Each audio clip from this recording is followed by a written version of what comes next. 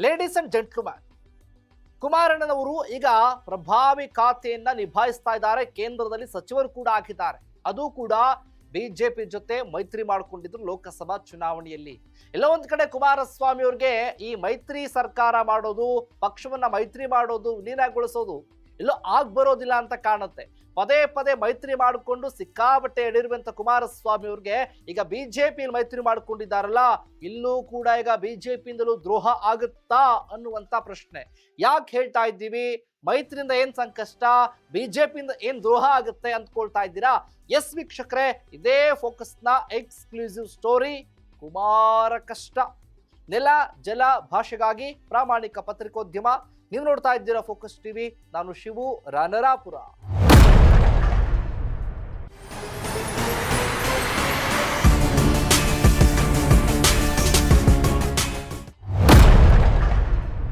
ವೀಕ್ಷಕರೇ, 2018ರ ವಿಧಾನಸಭಾ ಚುನಾವಣೆ ಆದ ನಂತರದಲ್ಲಿ ಮೈತ್ರಿ ಸರ್ಕಾರ ರಚನೆ ಆಗುತ್ತೆ, ಕಾಂಗ್ರೆಸ್ ಹಾಗೆ ಜೆಡಿಎಸ್. ಆಗ ಮುಖ್ಯಮಂತ್ರಿ ಕೂಡ ಆಗಿದ್ರು ಕುಮಾರಸ್ವಾಮಿ ಅವರು. ಆಗ ಕಾಂಗ್ರೆಸ್ನಲ್ಲಿದ್ದಂಥವರೇ, ಕಾಂಗ್ರೆಸ್ನಲ್ಲಿರುವಂಥ ಶಾಸಕರು, ಕಾಂಗ್ರೆಸ್ನಲ್ಲಿರುವಂಥ ಸಚಿವರು ಅಸಮಾಧಾನಗೊಳ್ತಾರೆ. ಬೇರೆಯದೇ ಲೆಕ್ಕಾಚಾರ ಕೂಡ ಇತ್ತು. ಆಗ ಕಾಂಗ್ರೆಸ್ನಿಂದ 15ರಿಂದ 16 ಜನ ತೊರೆದು ಬಿಜೆಪಿ ಸೇರ್ಕೊಳ್ತಾರೆ. ಆಗ ಬಿಜೆಪಿ ಸರ್ಕಾರ ರಚನೆ ಆಗುತ್ತೆ. ಆಗ ಕುಮಾರಣ್ಣವ್ರಿಗೆ ದ್ರೋಹ ಆಗಿದ್ದು ಇದೇ ಕಾಂಗ್ರೆಸ್ನವರಿಂದ. ಪಕ್ಷದಲ್ಲೇ ಇದ್ಕೊಂಡು ನಮಗೆ ಇಬ್ಬಗೆಯ ನೀತಿಯನ್ನ ಮಾಡಿದ್ರು, ದ್ರೋಹ ಮಾಡಿದ್ರು ಅನ್ನುವಂತ ಹೇಳಿಕೆನ ಕುಮಾರಸ್ವಾಮಿ ಈಗಲೂ ಕೂಡ ನೆನೆಸ್ಕೊಳ್ತಾರೆ. ಅದನ್ನ ಜೀರ್ಣಿಸ್ಕೊಳ್ಳೋದಕ್ಕೆ ಇಂದಿಗೂ ಕೂಡ ಆಗಿಲ್ಲ ಕುಮಾರಸ್ವಾಮಿ ಅವ್ರಿಗೆ. ಈಗ ಜೊತೆ ಇದ್ದವರೇ ಜೊತೆ ಹೋಗಿ ಜೊತೆ ಇದ್ಕೊಂಡೇ ಸಂಕಷ್ಟವನ್ನ ತಂದಿಟ್ರು ಅನ್ನುವಂಥದ್ದು. ಆಗ ಕಾಂಗ್ರೆಸ್ ಜೊತೆ ಹೋಗಿದ್ರು ಕೂಡ ಅದೇ ಕಾಂಗ್ರೆಸ್ನವರೇ ಶಾಸಕರನ್ನ ಬಿಜೆಪಿಗೆ ಕಳುಹಿಸಿದ್ರು. ಆಗಿನ ಜೆಡಿಎಸ್ ಮಿತ್ರ ಕಾಂಗ್ರೆಸ್ ಜೊತೆ ಹೋಗಿ ಭಾರಿ ಹಿನ್ನಡೆಯನ್ನ ಅನುಭವಿಸಿದಂತ ಕುಮಾರಸ್ವಾಮಿ ಅದಾದ ನಂತರದಲ್ಲಿ ಈಗ ಲೋಕಸಭಾ ಚುನಾವಣೆಗೆ ಬಿಜೆಪಿ ಜೊತೆ ಮೈತ್ರಿ ಮಾಡಿಕೊಂಡಿದ್ದಾರೆ. ಈ ಮೈತ್ರಿಯಿಂದ ಈಗ ಸಂದಿಗ್ಧತೆಯಲ್ಲಿ ಸಿಲುಕಿದ್ರ ಕುಮಾರಸ್ವಾಮಿ ಅವರು. ಹಾಗಾದ್ರೆ ಬಿಜೆಪಿ ಜೊತೆ ಮೈತ್ರಿ ಮಾಡಿಕೊಂಡು ಆಗ ಶಾಸಕರನ್ನ ಬಿಜೆಪಿಗೆ ಕಳುಹಿಸಿದ್ದ ಆರೋಪ ಎದುರಿಸುತ್ತಿರುವಂತಹ ಸಿದ್ದರಾಮಯ್ಯನವರೇ ಒಂದು ಲೆಕ್ಕಾಚಾರ ಹಾಕಿ ಕಾಂಗ್ರೆಸ್ನಲ್ಲಿರುವಂತ ಅವ್ರಿಗೆ ಬೇಕಾದಂಥವ್ರನ್ನ ಯಾರ್ಯಾರು ಸಿದ್ದರಾಮಯ್ಯ ಮಾಳ್ತನ ಕೇಳ್ತಾರೋ ಅಂಥವ್ರನ್ನೇ ಕಳುಹಿಸಿದ್ರು ಅನ್ನುವಂತ ಗಂಭೀರ ಆರೋಪ ಸಿದ್ದರಾಮಯ್ಯವರು ಎದುರಿಸ್ತಾ ಇದ್ದಾರೆ ಈಗಲೂ ಕೂಡ. ಆಗ ಆ ಲೆಕ್ಕಾಚಾರ ಇತ್ತು. ಈಗ 2028ಕ್ಕೆ 115 ಸೀಟು ಗೆದ್ರೆ ಮಾತ್ರ ಕುಮಾರಸ್ವಾಮಿಗೆ ಸಿಎಂ ಸೀಟು ಅಂತ ಬಿಜೆಪಿಗರು ಹೇಳ್ತಾ ಇದ್ದಾರೆ. ಒಂದಲ್ಲ ಎರಡಲ್ಲ, 115 ಸೀಟ್ ಗೆದ್ರೆ ಮಾತ್ರ ಅಂತ. ಯಾವಾಗ? 2028 ಮುಂಬರುವಂತಹ ಸಾರ್ವತ್ರಿಕ ವಿಧಾನಸಭಾ ಚುನಾವಣೆಗೆ. ಈಗ ಕುಮಾರಸ್ವಾಮಿಯವರ ಬದ್ಧ ವೈರಿ ಡಿ ಕೆ ಶಿವಕುಮಾರ್ ಬೇರೆಯದ್ದೇ ಲೆಕ್ಕಾಚಾರವನ್ನ ಹಾಕ್ತಾ ಇದ್ದಾರೆ.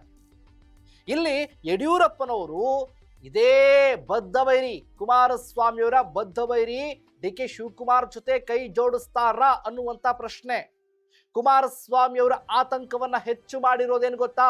ಇದೇ ಯಡಿಯೂರಪ್ಪನವರು ಡಿ ಕೆ ಶಿವಕುಮಾರ್ನ ಭೇಟಿಯಾಗಿ ಗುಸುಗುಸು ಅಂತ ಚರ್ಚೆ ಮಾಡಿರೋದು. ರಾಜಕಾರಣದಲ್ಲಿ ಭಾರಿ ಸದ್ದು ಮಾಡ್ತಾ ಇದೆ ಯಡಿಯೂರಪ್ಪನವರು ಹಾಗೆ ಡಿಸಿಎಂ ಡಿ ಕೆ ಶಿವಕುಮಾರ್ ಅವರ ಭೇಟಿ. ಈ ಬೆನ್ನಲ್ಲೇ ಶನಿವಾರ ಭೇಟಿಯಾಗಿರುವ ಉಭಯ ನಾಯಕರು ದಕ್ಷಿಣ ಭಾರತದ ಬಿಜೆಪಿಯ ಭೀಷ್ಮ ಅಂತಾನೆ ಪ್ರಸಿದ್ಧಿ ಪಡ್ಕೊಂಡಿರುವಂತಹ ಯಡಿಯೂರಪ್ಪ, ಪ್ರಬಲ ಸಮುದಾಯದ ಮಾಸ್ ಲೀಡರ್ ಡಿ ಕೆ ಯಡಿಯೂರಪ್ಪನವರು ಭೇಟಿ ಸುತ್ತ ಭಾರಿ ಅನುಮಾನ ವ್ಯಕ್ತವಾಗ್ತಾ ಇದೆ. ರಾಜ್ಯದಲ್ಲಿ ಮತ್ತೊಂದು ರಾಜಕೀಯ ಕ್ಷಿಪ್ರ ಕ್ರಾಂತಿ ಆಗುತ್ತಾ ಅನ್ನುವಂತ ಪ್ರಶ್ನೆ ಈಗ.